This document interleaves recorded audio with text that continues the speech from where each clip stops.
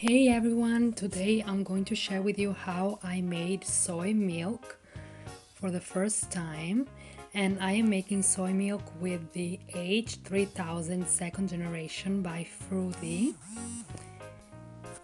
You have a discount code in the description and a website, a link where you can get this juicer, which I love. So I just showed you the soybeans that have been pre-soaked overnight for 8 hours with just some water, and then on the side I have about 600 milliliters of water. So I just turn on the juicer, and all I'm doing is just throwing the soybeans inside the mouth, in the mouth of the juicer, and then right after I did that, I'm gonna follow with some water, and it's super easy. This juicer, it's super easy to use. It also has a heating plate, so if you're making fresh milk in the morning and then you want to heat it up, you know, to pour in your coffee or your cereal or whatever, you can just turn on the heating plate, and in minutes you have freshly squeezed nut milk or soy milk, any milk that you like, and you can heat it up straight from the juicer.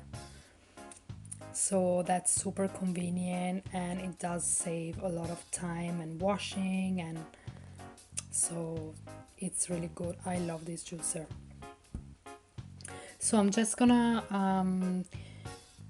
throw all the soybeans in the mouth of the juicer, and as you can see, we already have quite a bit of milk there, and the fiber that are left, you can use them to make cookies, you can use them to make protein burger, you can do like infinite stuff. And with this, and you just store it in the fridge. Also the milk, you can store it in the fridge up to 5 days, I would say. And I'm just gonna put mine in a glass container. I'm gonna show you in a little bit. And if the taste is strong, you can add, I suggest, maybe you can just pour the milk in a blender super quick and just add some vanilla beans. So here you go, the milk, as you can see, it's super nice and also has a little bit of froth on the top. It looks like a cappuccino. And as I was saying, this is the leftover from the beans that you can use to make burgers, patties, or any other recipe that you like. So I'm just putting the milk in a glass container, and I'm just gonna store it in the fridge, and that's done.